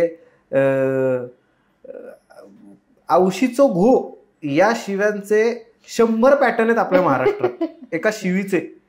आणि हे बघताना मला असं वाटलं की मी पुण्यातला आहे ना, सदाशिव पेठेत जन्म झाला, मी कसला माज करू. सो प्रत्येकाचाच एक वेगळा जॉनर आहे ना, त्याची एक वेगळी मजा आहे. आणि तिथे जेव्हा तू जगतेस ना, तुला, कारण की काय, बोली भाषेतला फरक हा तर एक कॉमन फॅक्टर आहे, जेवणातला फॅक्टर हा कॉमन फॅक्टर आहे, त्यांच्या थिंकिंग मधली गोष्टच वेगळी. एक्झॅक्टली, मला स्वभावांवरतीच विचारायचं होतं. रांडीच्या असं कोल्हापुरात म्हणल्यावर राग येत नाही, पुण्यामध्ये येऊ शकतो, पण तिथे गेल्यामुळे मला कळलं की अरे ह्या गोष्टी किती कूल आहेत, मी किती सिरियसली घेत होतो. राईट. उलट करू, एखाद्या ठिकाणी तू हॉट पॅन्टवर फिरणं काही शहरांमध्ये हे प्रॉब्लेमॅटिक असू शकतं, पण तिथल्या मुलीला इथं आल्यावर वाटतं की अरे पुणे किती कूल आहे, तिला एक आयाम मिळतो या जगाकडे बघण्याचा. आणि हेच मला या लोकांसोबत राहताना मिळालं की एक गोष्ट जी इथे चांगली आहे तीच तिकडे टॅबू असू शकते. म्हणजे माझ्या एका सातारच्या मुलाला मी पुण्यामध्ये ख्रिश्चन पद्धतीचं लग्न होतं, तर त्यांच्यामध्ये किस केलं जातं, ते बघून त्याचे डोळे असे झाले. पण त्याला की बाबा जगात म्हणजे फिल्म्स मध्ये बघणं वेगळं आणि खरंच घडताना बघणं वेगळं. पण ह्याच्यामुळे काय होतं, आपले विचार व्हर्सटाईल होतात. आपल्याला लक्षात येतं की हे जग किंवा एखादी गोष्ट तुम्ही धरून बसलात आणि यालाच जग समजलात तर प्रॉब्लेम आहे. ह्या जगात सगळं आहे हे मान्य करण्याची तुमची कुवत वाढत जाते आणि तुम्ही व्हर्सटाईल पण होता. विविधता ज्याला आपण म्हणतो ना, मी भारतात पण खूप फिरलोय, म्हणजे मी इतका वेडा माणूस आहे तुम्हाला खोटं वाटेल की माझी मैत्रीण 2:30 वाजता मला म्हणली चांगली इडली कुठे मिळेल. आता मुद्दा असा आहे, चांगली इडली असं ती म्हणली. मी बाईकवर होतो, आम्ही दोघं गणपतीच्या आदल्या दिवशी, विसर्जनाच्या 2 दिवस आधीची गोष्ट, रात्रीभर गर्दी आजूबाजूला एवढी, ते गाडे बिडे सगळे लागत होते. आम्ही दुसऱ्या दिवशी हम्पीला होतो इडली खाण्यासाठी. मी एवढा वेळ असंच आंबे खायचे होते, घरच्यांसोबत भांडणं झाली की हे देवगडचे हापूस आंबे नाहीत, गाडी काढली. देवगडचा हापूस आंबा इज अन इमोशन. मग तो रत्नागिरी नाही, आणि तो इगो, या सगळ्यावरती पण तो अजिबात सेटल डाऊन होऊ शकतो. नाही, आणि तो इगोचा विषय की तुम्ही मला नका सांगू की कुठला आंबा खरा आहे खोटा आहे प्लीज. म्हणजे मी देवगडला होतो दुसऱ्या दिवशी, झाडावरचे आंबे काढलेत आणि घरी घेऊन गेलो.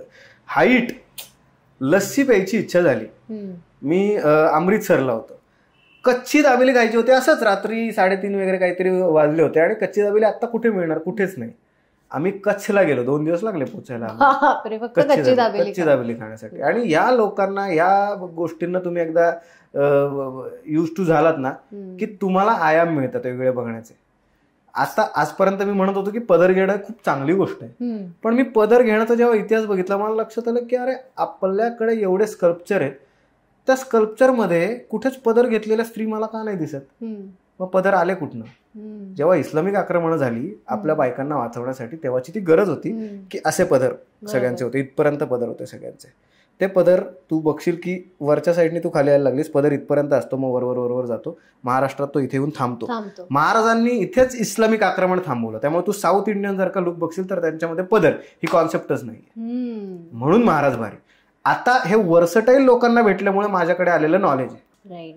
आणि तेच तुला इतकं म्हणजे आता, आणि हे फक्त आत्ताच नाही ना, 8 वर्ष झाली तू इतक्या माणसांना भेटला असशील. म्हणजे मला इतकं तुझ्याकडे या गोष्टीसाठी हेवा वाटतोय मला त्याचा खूप जास्त. कारण म्हणजे माणसं जितकं तुम्हाला शिकवू शकतात तेवढं कोणीच शिकवू शकत नाही असं मला ठामपणे वाटतं. माणसं तुम्हाला हेही शिकवतात की काही नाही करायचं, आणि माणसं तुम्हाला हे पण शिकवतात की काय करायचं. लकीली मी दोन्ही माणसांना ओळखू शकलो, म्हणून मी कोणाला चांगला वाईट नाही म्हणत, कारण प्रत्येकामध्ये 2 बाजू असतात. मी का कोणाला तरी हा वाईट या कॅटेगरीत बसून माझ्या मनाचं फकअप करून घेऊ, चालतं ना म्हणजे असले शब्द, काय गरज आहे त्याच्यात. तर चांगलं, म्हणजे माझं म्हणणं आहे की एखाद्यावर जेलस होण्यापेक्षा त्याला फॉलो करा, त्याच्यातल्या चांगल्या गोष्टी फॉलो करा, फायदा तुमचाच आहे. पण म्हणजे हे कम्युनिकेशन आलं कसं तुझ्यात? म्हणजे कुठलाही माणूस असं पटकन कोणाशी बोलू नाही शकत रे. आता तू बोलू शकतोस म्हणून तुला ती गोष्ट सोपी वाटतेय, पण तू स्वतःला इंट्रोवर्ट म्हणवतोयस, पण खरं जे इंट्रोवर्ट असतात, म्हणजे मी तुला अजूनही कन्सिडर नाही करत की तू इंट्रोवर्ट आहेस, ती वेगळी गोष्ट, पण खरं ज्यांना खूप बोलायचाच प्रॉब्लेम असेल अशा लोकांचं काय? म्हणजे हे कम्युनिकेशन जे घडतं ते तुझ्यात आपसूक आलंय की तू त्याच्यावर खूप काम केलंस, की ते तुझ्या अनुभवातूनच ते येत गेलं हळूहळू? अनुभवातून येत गेलं याचं पहिलं कारण मी त्या सगळ्या लोकांचे धन्यवाद मानतो. मी अगदी पायाचरण स्पर्श करतो ज्यांनी मला आयुष्यात कधीच सिरियस नाही घेतलं. त्यामुळे मला त्या गोष्टीचं काय म्हणू, एक ती गोष्ट मिळाली की मी आयुष्यात काही करू शकतो, मला कोण विचारणार आहे. त्यामुळे तेव्हा मी सगळ्या लोकांशी बोलून घेतलं, त्यांना एन्जॉय करून घेतलं, कारण मी चुकतोय किंवा मी बरोबर आहे सांगायला कोणच नव्हतं. घरचे जे ऑब्व्हियसली सगळ्यांच्या घरचे असतात तेवढं थोडंफार लक्ष घरच्यांचं असायचं, पण माझ्या घरच्यांनी पण काय मला हे करू नको ते करू नको असं खूप सांगितलं नाही. त्यामुळे जी लोक नावं ठेवत होती त्यांचा मला फरकच नाही पडला, कारण की मी इतका युज टू झालेलो नावं ठेवण्यानी की माझा काही होऊच शकणार नाही या लेवलला सुरुवात झाली. त्यामुळे मला तिथे वागताना यांच्याशी असं बोलायचं होतं, त्यामुळे मी निखळ असायचो कोणाशीही बोलताना. हा, मग मी इतका नालायक होतो की शाळेमध्ये मला एक सज्जन मुलगा होता आमच्या शाळेमध्ये आणि माझ्या बरोबर पैज लावली एका मुलाने 20 रुपयाची. 2005ची गोष्ट वगैरे असेल. आणि तेव्हा तो म्हणला की ह्या सगळ्यात सज्जन मुलाला तू शिव्या जर का द्यायला लावल्यास तर हे 20 रुपये तुझे, असे तेव्हा आमची पैज लागली. आणि मी अशा पैजा वगैरे लावायची बऱ्याच. तर त्याच्यामुळे पण मी कदाचित घडत गेलो असेल की नाही, हा म्हणतोय ना चल मला तू काम दे, मी करून दाखवतो. मी जर का उद्या तू मला एखादं असं काम दिलंस की बाबा इथे तुला पानाची टपरी टाकायची, आय एम डॅम शुअर की ती आज नाही तर उद्या पुण्यातली सगळ्यात ओळखली जाणारी पानाची टपरी असेल. तसंच याच्यामध्ये होतं की त्या मुलाने 2 दिवसात, हार्डली 2 दिवसात तो शिव्या द्यायला लागला, जेव्हा की मला 1 महिना मिळाला होता त्याला बिघडवण्याचा. मला हे करायचं, त्यामुळे मी वाईट चांगलं हे सगळं करून बघितलं. उगाच बाबा हे करणं कसं वाईट असं माझ्या घरचे सांगतात म्हणून मी पण वाईट म्हणायचं नाही.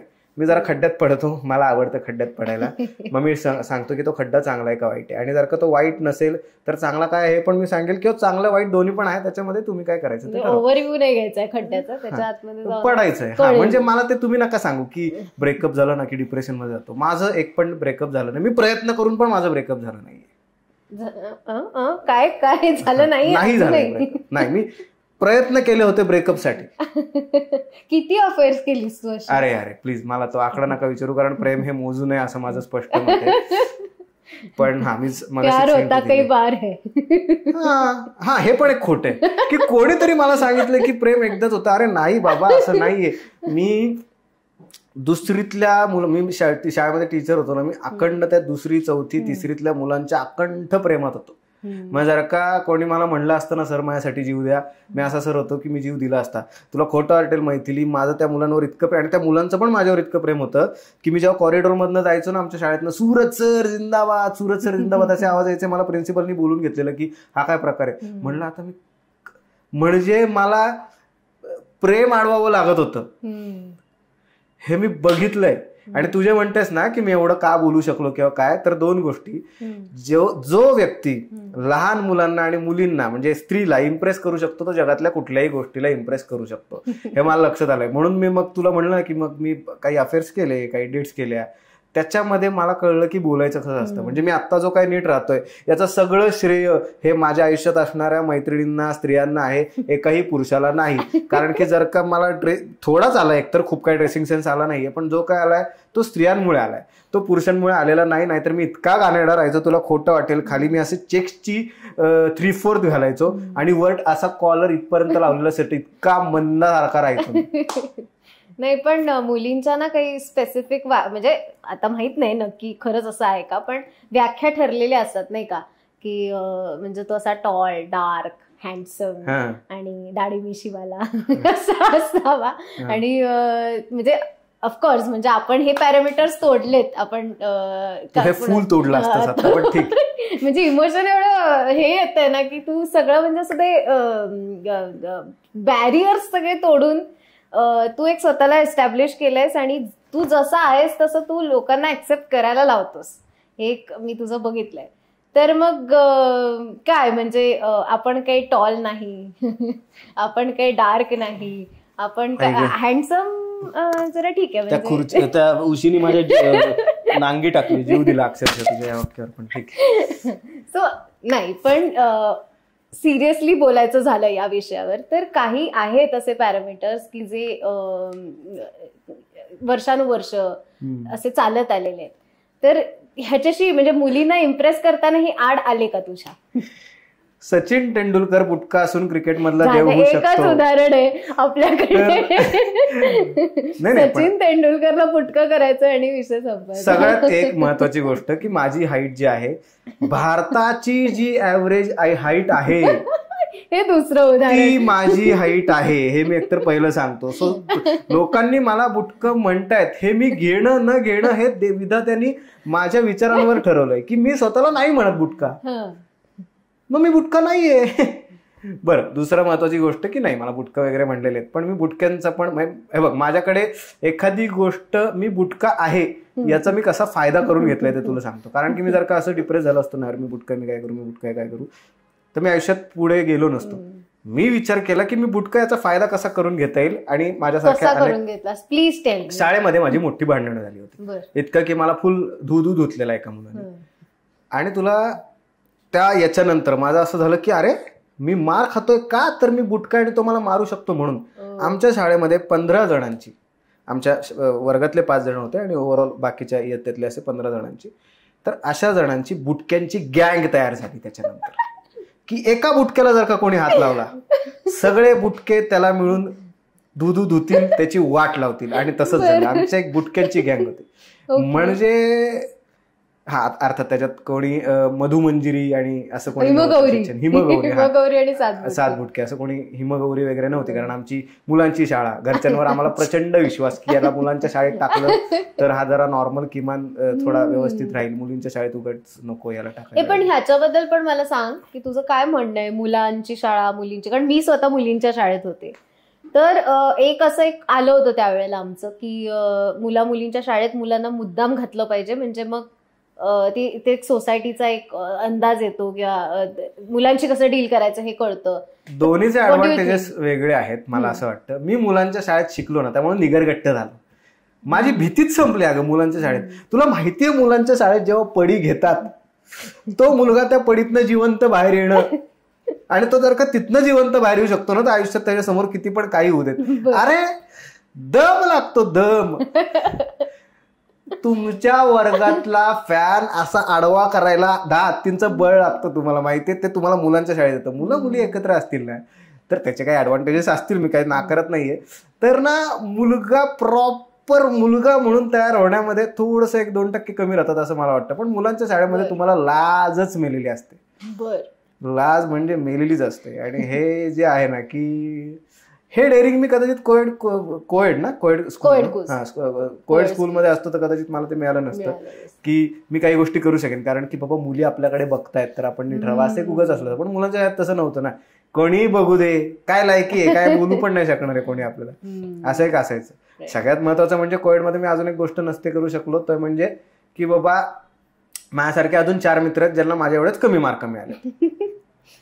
ते फार रेअरली होतं. मुलांच्या शाळेमध्ये सगळ्यांना ठरवून कमी मार्क, आमचा अख्खा वर्ग ब्लॅकलिस्ट मध्ये होता.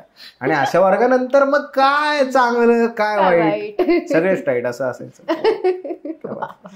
आपण शाळेविषयी बोललोच, आणि असं एक मला कळलं होतं की तुझं म्हणजे सूरजच्या घरी सूरजचं काहीच चालत नाही असं एक तुझ्या जवळच्या मित्राचं म्हणणं होतं. तुझी आई लय डेंजर आहे, ते ती म्हणजे तुझं इन्स्पिरेशन तिच्याकडनंच येत आहे का सगळं की काय? एकतर सगळ्यात महत्त्वाचा बोलका स्वभाव जो काय मला मिळाला आहे तो आईकडनं मिळाला आहे, आईच्या जीन्समधनं मिळाला आहे. कारण की माझे वडील बोलताना बघणं हे माझ्यासाठीच असं असतं की अरे आज वडील बोलले असं असतं. सो ऑब्व्हियसली माझी आई डेंजर आहे. म्हणजे मला भीती वाटते की कधीतरी जर का हिला इंडिया पाकिस्तान बॉर्डरवर उभं केलं तर पाकिस्तान म्हणेल की आम्हीच तुमच्यामध्ये सामील होतो, पण प्लीज. मग ती बाई काही करू शकते. एकतर मी माझ्या आईला बघताना आहे ना, ती वाड्यासारख्या तालुक्यातनं, वाडा जो बऱ्याच जणांना माहिती आहे, मित्रांना सांगायचो की वाडा नावाच्या तालुक्यामध्ये तिथनं माझी आई येते, जिथे आदिवासी पाडे बरेच आहेत. सो अशा आदिवासी भागातनं माझी आई आली.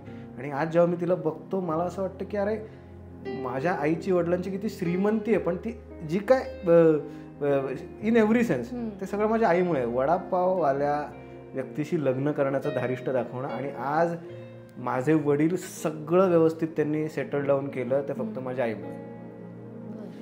म्हणजे अनेक नातेवाईक त्यांना पण बुली करतच होते माझ्या वडिलांना, पण ते माझ्या आईमुळे.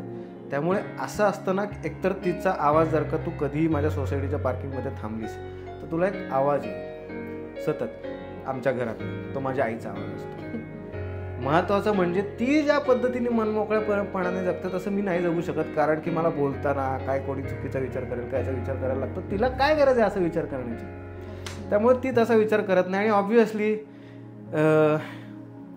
काय माहिती, लहान भावंडांवर आपल्या आईचं आपल्या वडिलांचं थोडं जास्तच प्रेम असतं. त्यामुळे मी कसा बेजबाबदार आहे ही माझ्या लहान भावापेक्षा ती मलाच जास्त सांगत असते. जे चूक बरोबर ठीक आहे, आता यात मी जात नाही, उगाच इमोशनल होईल. पण हे तुझं खरं आहे की माझी आई प्रचंड डेंजर आहे, पण तो डेंजर स्वभाव जो आहे ना त्याच्यामध्ये कॉन्फिडन्स आहे. मी कोणाला घाबरत नाही. हा जो कॉन्फिडन्स आहे तो तिच्यामुळे माझ्यात आला आहे. आणि तुझं म्हणणं बरोबर आहे की कसं आहे माहिती आहे का, की अगदी बेसिक सांगायचं झालं तर कोणाचं उदाहरण देता येईल मला इथे. उंदीर आहे, उंदराची जी हवा आहे ना ती किड्या मुंग्यांमध्ये असू शकते. उंदराची हवा किड्या मुंग्यांमध्ये की ते लहान आहेत ना, त्यांच्यासमोर तो हवा करू शकतो, त्यांना घाबरवू शकतो. ओके ठीक आहे.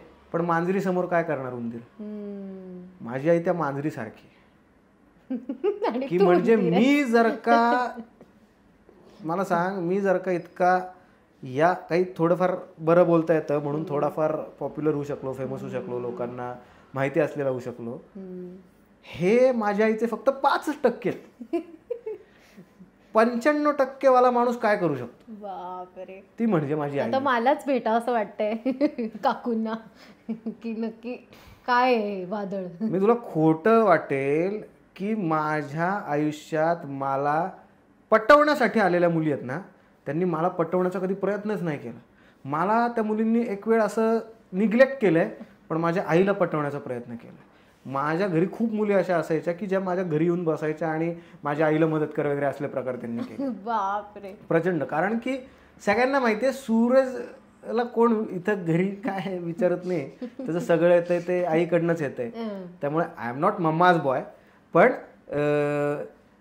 काय होतं की तुमच्या वरचा जो व्हॉइस आहे, म्हणजे ते रेडिओ सारखं आहे माझं आयुष्य, की घरात रेडिओ लागलाय नाही लागलाय याच्याकडे फार कोणी बघत नाही.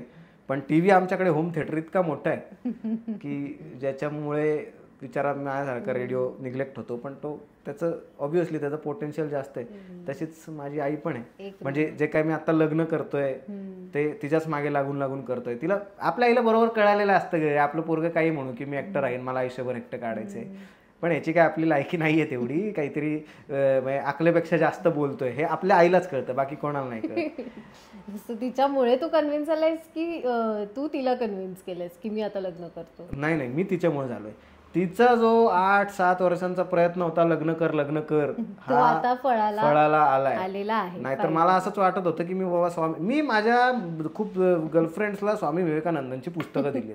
तरी मला अजून आकडा कळलेला नाहीये किती एक्झॅक्ट गर्लफ्रेंड झालेल्या आहेत. आणि पोरी पटवण्याच्या वगैरे विषयावर आपण आलो. संजय दत्त वगैरे एवढं नक्की आहे की नाही तेवढं. एक इंग्लिश बोलता येतं का तुला? खरं तर नाही. तुला आता कळलं नाही का मी इंग्लिश बोलताना किती फंबल मारतोय? तू बोलत नाही, हे तर स्ट्रगल आहेच. म्हणजे कसं असतं माहितीये का, की एक मराठी कंटेंट बनवतोय ना आपण, आपल्याला कधी काही इंग्लिश वगैरे बोलायची गरज. मराठी कंटेंट बनवतोय आपण, असा ऍटिट्यूड पाहिजे. मराठी कंटेंट बनवतोय आपण, त्यामुळे आपल्याला इंग्लिश बोलायची गरजच नाही पडलेली. सो पण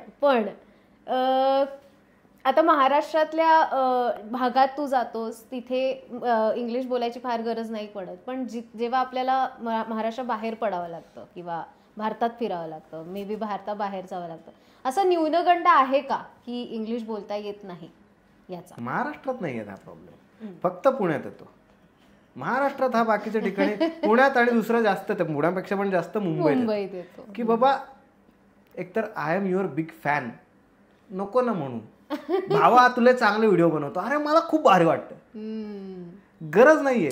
बरं इंग्लिश यायला हवं का? 100 नाही 200% यायला हवं.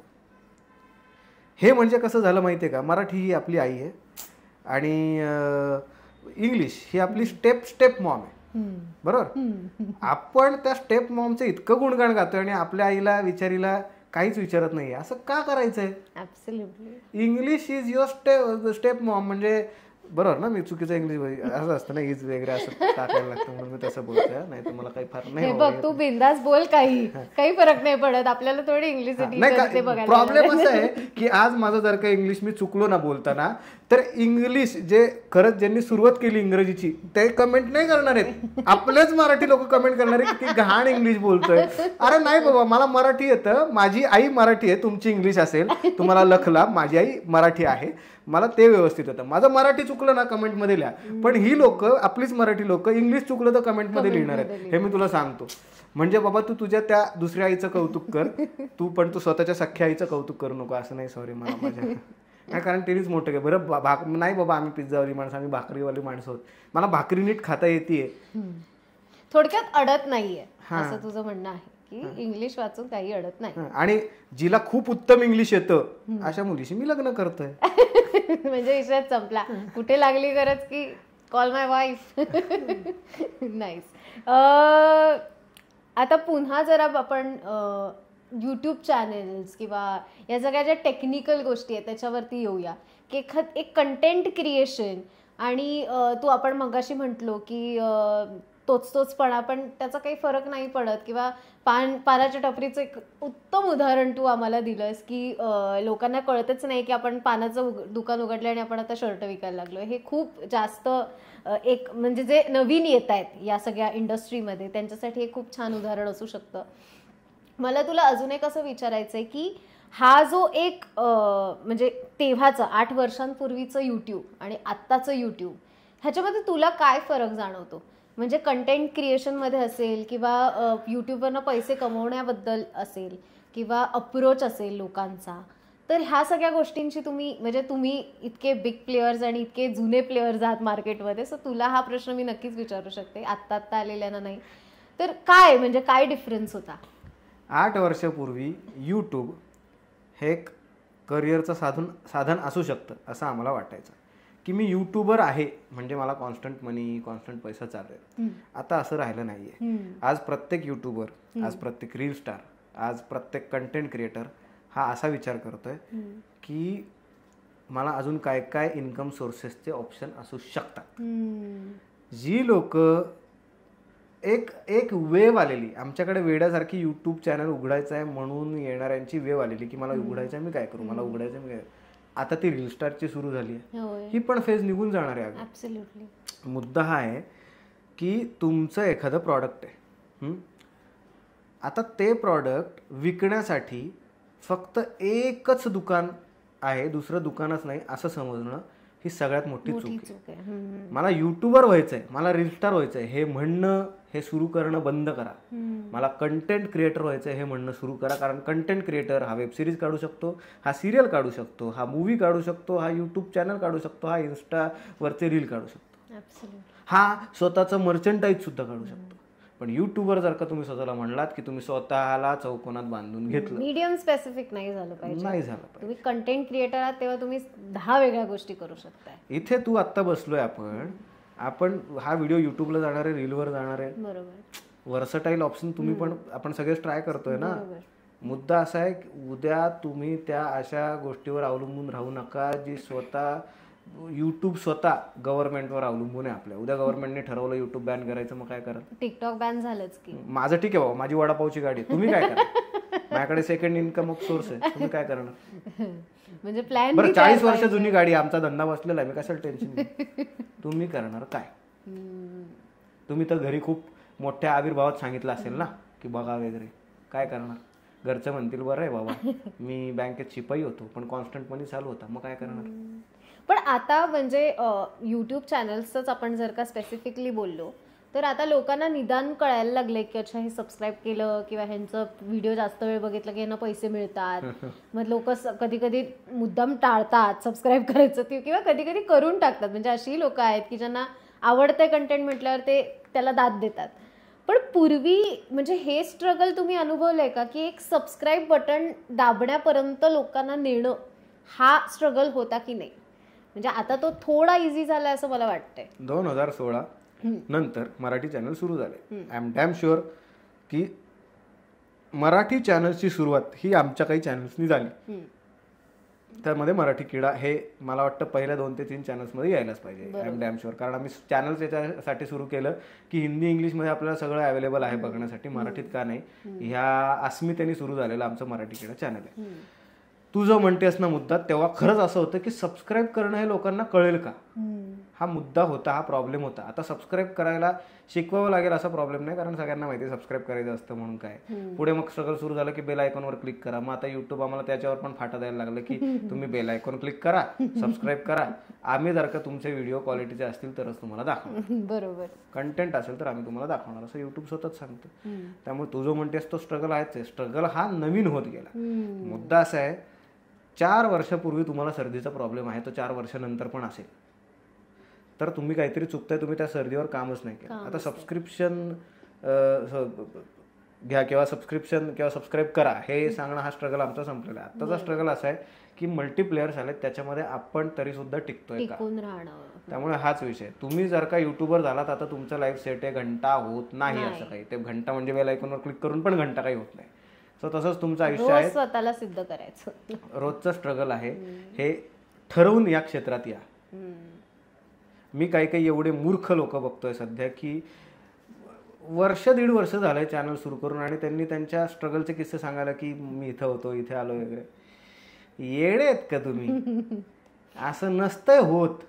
तुमचं स्ट्रगल बदलत नाहीये, हा तुमचा प्रॉब्लेम आहे. स्ट्रगल असणारच आहे हे लक्षात ठेवा. सो हे यूट्यूबमध्ये सुद्धा आहे की आत्ताचं आमचं यूट्यूब चॅनल चालवण्याचं स्ट्रगल वेगळं आहे. 4 वर्षापूर्वी होतं ते नाहीये, म्हणजे मी इम्प्रूव्ह झाले. तुम्ही तुमच्या इम्प्रूव्हमेंटवरच काम करू शकता. बरोबर. हे जे क्विक सक्सेस आहे, म्हणजे जे आता तू उदाहरण दिलंस की 1.5 वर्ष चॅनलला सुरुवात करून नंतर लगेचच आपल्याला स्ट्रगल स्टोरीज समोर यायला लागतात लोकांच्या. हे क्विक सक्सेस बद्दल तुझं काय म्हणणं आहे की किती काळ ते टिकतं? असंही असू शकतं का की ते खरंच टिकतंय, म्हणजे क्विक मिळालं असलं तरी? मुळात नॅरो माइंडेडची लोक क्विक सक्सेसच्या मागे लागतात. सक्सेसची प्रत्येकाची डेफिनेशन वेगळी असू शकते. मी काही जणांची सक्सेसची डेफिनेशन असं बघितली आहे की मला छान निसर्गरम्य वातावरणात मला एक घर बांधायचं आहे, जिथे आजूबाजूला प्रचंड झाडं असतील, जिथे त्या समोरच्या चावडीवर मी बसू शकतो, झोपू शकतो, लख्ख आकाशात चांदण्यांमध्ये मला छान झोप येईल, असं सुद्धा मी सक्सेसची डेफिनेशन बघितली आहे. आणि मला मल्टीमिलिनियर कंपनी काढायची आहे, भलेही मला स्वतःची चड्डी फाटकी आहे पण मला मल्टीमिलिनियर कंपनी काढायची आहे, अशांचं सुद्धा मी बघितलं आहे की ज्यांना तसा सक्सेस हवा आहे. मुद्दा असा आहे, तुमची सक्सेसची डेफिनेशन ही किती नॅरो आहे आणि किती वायडर आहे. ती जर का छोटी असेल तर तेवढा सक्सेस तुम्हाला मिळेल. मी खात्रीलायक सांगतो, तुम्हाला सक्सेस मिळवणं हे अवघड नाही या काळामध्ये. सक्सेस टिकवणं हे अवघड. आणि ह्यामुळेच गडबड होते की तुम्ही तुमचा सक्सेसची डेफिनेशन मोठी करा ना. असा विचार करा, माझं मराठीतलं पॅन इंडिया चालणारं चॅनल कसं होईल हे तुमचं सक्सेसचं डेफिनेशन असेल तर तुम्ही त्याच्यासाठी जास्त स्ट्रगल करा. माझं गोल असलं पाहिजे ना काहीतरी. सोपं सांगतो, मला माझ्या गल्लीमधल्या टॉप भाईशी मैत्री करायची, हे माझं गोल आहे. गल्लीमध्येच तुमची हवा होणार. मला भारतातल्या टॉप भाईशी मैत्री करायची, हे तुमचं मोठं विजन आहे. म्हणजे तसं करायला जावं असं माझं म्हणणं नाहीये, पण किंवा उदाहरण आहे, अजून सोपं उदाहरण देतो, जरा चांगलं उदाहरण देतो. मला माझ्या एरियातल्या नगरसेवकाशी मैत्री करायची, अशी मैत्री करायची की मी म्हणेल तर ते ऐकेलच. तुम्ही त्याशी मैत्री केली, तुमची हवा तुमच्या एरियातच होणार आहे. मला पंतप्रधानांशी अशी मैत्री करायची की जे मी म्हणेल तेच ते ऐकतील. मला सांगा, दोन्हीमध्ये सक्सेस आहे का? तर आहे. मुद्दा असा आहे की एक छोटं सक्सेस आहे, तिकडेच हवा होणार आहे, डबक्यातली हवा. एक सक्सेस असं आहे की आता तुम्ही समुद्रात कुठेही पोहोचा. मुद्दा असा आहे की तुम्ही तुमची सक्सेसची डेफिनेशन काय ठरवता. मला तरी वाटतं की यांनी इथे बोलवलंय, यांचे धन्यवाद, पण मी तितका सक्सेसफुल व्यक्ती अजून नाहीये.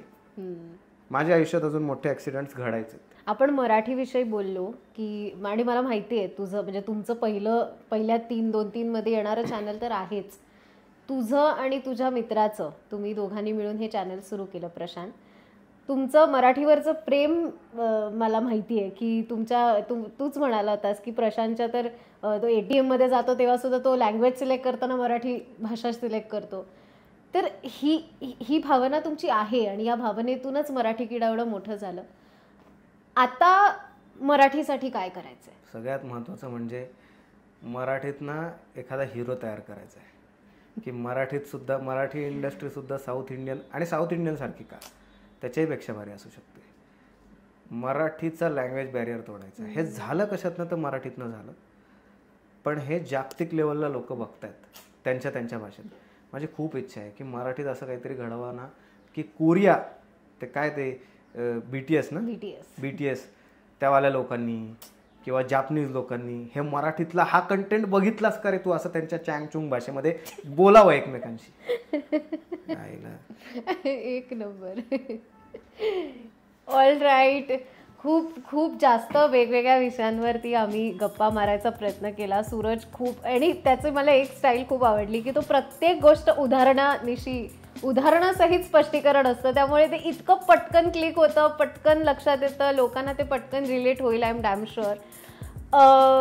अजून अनेक विषय असतात की ज्याच्यामध्ये मला आवडेल की मुलांचा एक अप्रोच असतो कुठच्याही गोष्टीकडे बघण्याचा, जसा आज सूरजचा मला बघता आला आणि तुमच्यापर्यंत आता पोचवता येईल. कसा वाटला हा एपिसोड तुम्ही मला आवर्जून कमेंटमध्ये सांगा. आणि अशा अजून कोणत्या इन्फ्लुएन्सर्स, अजून कोणत्या सेलिब्रिटीज किंवा कोणत्या भारी माणसांची गप्पा तुम्हाला बघायच्या आहेत तेही आम्हाला कमेंटमध्ये सांगा. आणि आमच्या चॅनेलला सबस्क्राईब करायला विसरू नका. धन्यवाद. नमस्कार, मी सूरज खटावकर, म्हणजे तुमचा मराठी किडा. एकतर खूप भारी वाटलं या पॉडकास्टवर गप्पा मारून. आणि मला अजून एक गोष्ट रिअलाईज झाली, अरे मुली जेव्हा पॉडकास्ट घेतात तेव्हा मी जास्त बोलतो. थँक्यू आरपार, मला इथे बोलवलं. आणि बॉईज टॉक्स म्हटल्यावर विषयच संपला, कारण की मला काय वाटायचं यार, मुलांना कोणच विचारत नाही, मुलांवर अन्याय होतो वगैरे. पण धन्यवाद आरपारचे अगदी, की त्यांनी मुलांसाठी एक सेगमेंट काढला. जिथे सगळं मुलींचं सध्या सुरू आहे, फेमिनिझम वगैरे, तिथे मुलांना कोणतरी विचारतं. यासाठी परत एकदा आरपारचे आभार. तर आरपारला सगळ्यांनी सबस्क्राईब करा. खूप भारी भारी व्हिडिओ येतात त्याच्यावर, आणि रील्स पण खूप भारी भारी येत आहेत. सो त्यांच्या इंस्टाग्रामवर पण फॉलो करा. आमचा हा व्हिडिओ कसा वाटला ते आम्हाला कळवा. आणि अर्थात जे तुमच्यासाठी अगदी फ्री आहे, फ्री ऑफ कॉस्ट आहे, ते सबस्क्राईब करा.